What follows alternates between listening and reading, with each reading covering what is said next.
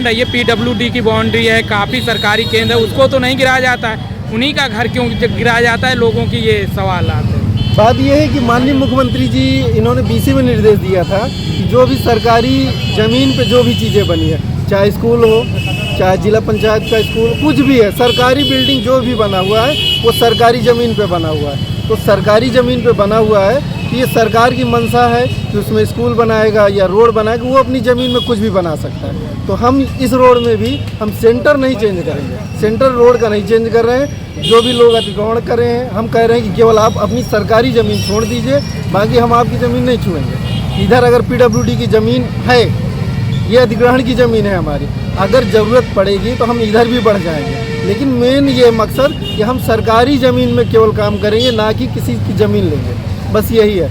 और कहीं भी अभी परदवा में काम हुआ, कोई भी सरकारी स्कूल का हमने बाउंड्री नहीं तोड़ा। ये आगे पंचायत घर है, हमने पंचायत घर नहीं तोड़ा।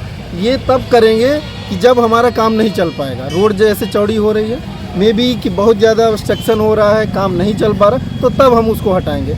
अब वो सरकारी ज़मीन में बना हुआ है, तो अपनी ज़मीन में बना हुआ उसको क्यों हटाया जाए, इस कारण ये ऐसा हो रहा है। और सरकारी ज़मीन का कोई भी सरकारी स्ट्रक्चर हम नहीं हटाएंगे, केवल प्राइवेट स्ट्रक्चर हम हटाएंगे। जिस व्यक्ति ने कब्जा किया है सरकारी ज़मीन, वो खाली कर दें, वो खाली उनकी पर्सनली ज़मीन से आपसे मतलब नहीं है। उनकी पर्सनली ज़मीन हम 1 इंच भी कहीं नहीं जाएंगे, वो बिल्कुल अपना देख लें। हमने यहाँ नोटिस भी लगवाया था कि अगर आपके पास कोई रिकॉर्ड है, ये सरकारी ज़मीन हमारे रिकॉर्ड में दिख रही है, हमने नोटिस लगवाया कि आप हमको दिखाइए, अपना रिकॉर्ड दिखाइए, अगर ये आपकी ज़मीन है हम बिल्कुल नहीं छुएंगे।